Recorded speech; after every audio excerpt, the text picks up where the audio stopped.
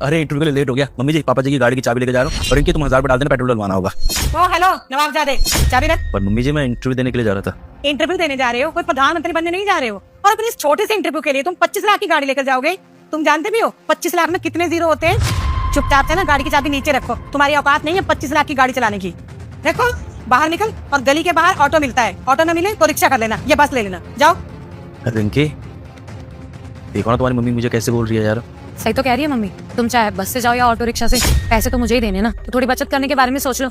और वैसे भी तुम गाड़ी लेकर के जाओगे तो 150-200 रुपए का पेट्रोल लग जाएगा। इससे अच्छा तो तुम बस या ऑटो रिक्शा ही कर लो, वो ज्यादा बेटर ऑप्शन है। रिंकी मुझे कोई शौक नहीं है गाड़ी लेके जाने का। वो बाहर बारिश हो रही है, मौसम खराब है। अगर मैं पैदल जाऊंगा तो कम से कम 300-400 मीटर तो पैदल चलना पड़ेगा और मैं भीग जाऊंगा।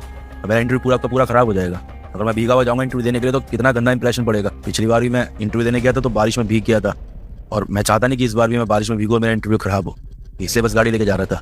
पिछली बार भी तुम्हारी गलती की वजह से तुम्हारा इंटरव्यू छूट गया था। हाँ अरे पिछली गलती से सबक लेके 100 रुपए का रेन कोट ले लेते ना, गाड़ी चाहिए बारिश के लिए। पिछली बार मेरा इंटरव्यू खराब हो गया था बारिश के चक्कर में, इसलिए मैं सोच रहा था कि गाड़ी से जाऊंगा तो फिर इंटरव्यू खराब नहीं होगा मेरा। ऐसे मुझे कोई शौक नहीं है गाड़ी लेके जाने का। 100 रुपए का रेन कोट नहीं लिया गया तुमसे और 25 लाख की गाड़ी पर नजरें जमाए बैठे हो कि इसे लेके जाऊंगा इंटरव्यू पे। अरे तुम्हें घर में रख लिया है तो कम से कम थोड़ी तो शर्म रखो। घर की हर चीज इस्तेमाल थोड़ी ना करोगे।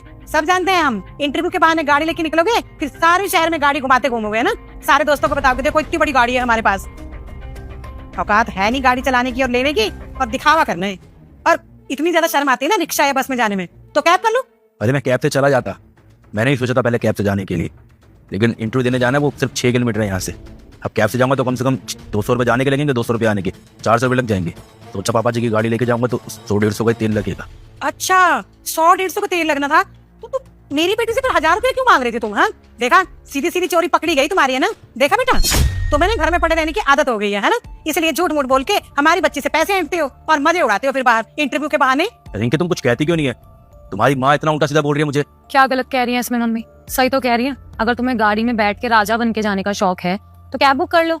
वैसे भी मैंने पहले भी बोला कि पैसे तो हमारी जेब से लगने हैं, तुम जैसे मर्जी जाओ, तो कैब से चले जाओ ना।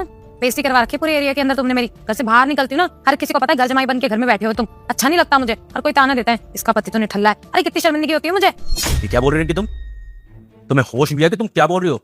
क्या तुम्हें और तुम्हारी माँ को शौक है मुझे बेइज्जत करने का? अरे तुम बहुत अच्छी तरह जानती हो मुझे कोई शौक नहीं था दिल्ली जैसे शहर के अंदर आके रहने का। छोटे से शहर के अंदर रहता था, गांव के कस्बे में नौकरी थी मेरी, अपना घर था और खुशी से रह रहा था। लेकिन नहीं, तुम्हारी इज्जत थी कि नहीं दिल्ली चलेंगे, पापा मम्मी के पास रहेंगे, बड़ा शहर है, ज्यादा अपॉर्चुनिटी मिलेगी। और अब यहाँ आया हूँ तो हाथ पैर मार रहा हूँ, कोशिश कर ही रहा हूँ मैं। एक तो तुम मेरे को दूर यहाँ लेकर आ गई हो, ऊपर से यहाँ अपने माँ बाप से मुझे ताने पड़वाती रहते हो रोज रोज। मुझे शौक नहीं है खाली बैठने का, मैं कभी पहले बैठा। मजबूरी है कि 2 महीने से इंटरव्यू दिए जा रहा हूँ, कहीं लग नहीं रहा है। शायद छोटे कस्बे से आए इसलिए, लेकिन मुझे पता जल्दी मेरा कोई ना कोई इंटरव्यू क्लियर हो जाएगा और अच्छी जॉब लग जाएगी। इस चीज़ के लिए ताने मारने की कोई जरूरत नहीं है। और रही बात 1000 रुपये लेने की, तो 1000 रुपये का मैं तेल गाड़ी के अंदर ही डलवाता। अब ठीक है 100-150 रुपये का तेल लगेगा, लेकिन पेट्रोल पंप पे जाऊंगा 100 रुपये का तेल डलवाऊंगा, अच्छा तो लगेगा गाड़ी के अंदर इतनी बड़ी। तो सोचा कि 1000 रुपये का तेल इकट्ठा डलवा दूंगा। मुझे गलत मत साबित करने की कोशिश करो। छोड़ो, आप लोगों को सफाई देने का कोई फायदा नहीं है। आप लोगों ने तो पहली सोच बना रखी है। आप लोगों को तो मौका चाहिए था बस मुझे जलील करने का, वो मौका आपको मिल गया है। बेटा कितना बेशर्म है तेरा पति है। हाँ अरे घर में एक कुत्ते को भी रखते हैं ना, 2 वक्त की रोटी खिलाते हैं उसे, वो भी आगे पीछे घूमता है पूंछ हिलाते हुए। और इसे देखो, इसे ना इंटरव्यू के लिए 25 लाख की गाड़ी चाहिए। शर्म नहीं है कि खुद कुछ करता नहीं है, पैसा देना कुछ कमाता नहीं है, उल्टा मेरी बेटी से पैसे ले लेके इसको इंटरव्यू के बहाने ऐश करनी है। 2 महीने से हमारी छाती में मूंग धर ले तुम यहाँ बैठ के ससुराल में। और बेटा देख रही है इतना बेशर्म है ये, अब तक भी गाड़ी की चाबी इसने छोड़ी नहीं है। कोई और होता ना शर्म वाला, अब तक गाड़ी की चाबी नीचे रख चुका होता। और हाँ अगर गाड़ी चलाने का इतना ही शौक है ना, तो अपने बलबूते से अपनी मेहनत से गाड़ी खरीदो, मेहनत करो और लो। अरे पकड़ी अपनी गाड़ी की चाबी। क्या हुआ? चला जाऊँ इंटरव्यू देने बस से या रिक्शे से? ज्यादा से ज्यादा भीगी तो जाऊंगा, इससे ज्यादा थोड़ी कुछ हो जाएगा, मैं थोड़ी जाऊंगा। और वैसे भी मुझे तो लगता है कि अगर मुझे छोड़ ही देना चाहिए। अरे बहुत हो गया आप लोगों से अपने आप को अपमान करवाते हुए। और इनकी मैंने नोटिस किया तुम्हारे माँ बाप मेरी बेइज्जती करते हैं ना, तो तुम कभी मेरी साइड नहीं लेती हो, उल्टा उनके साथ मिलकर ना उन्हें और ज्यादा भड़काते हो मुझे जलील करने के लिए। जबकि सच बात यह है कि मैं इधर आना नहीं चाहता था, तुम्हारी वजह से यहाँ आया था। एक तो अपना अच्छा खाता घर छोड़ के आया, घर वालों से लड़ झगड़ के यहाँ आया, और ऊपर से ताने खाओ इन लोगों के। अच्छा भाई घर छोड़ी तो ज्यादा बेहतर रहेगा, कम से कम इज्जत तो बची रहेगी ना मेरी। जा रहा हूं मैं यहाँ से, वापस नहीं आऊंगा जब तक मेरी जॉब नहीं लगती है। चाहे 1 महीना लगे, 2 महीने या 6 महीने, और अगर नहीं लगेगी ना नौकरी तो अपनी बेटी की शादी किसी और से करा देना। सोच रहा मर गया तुम्हारा दम। हाँ जाओ।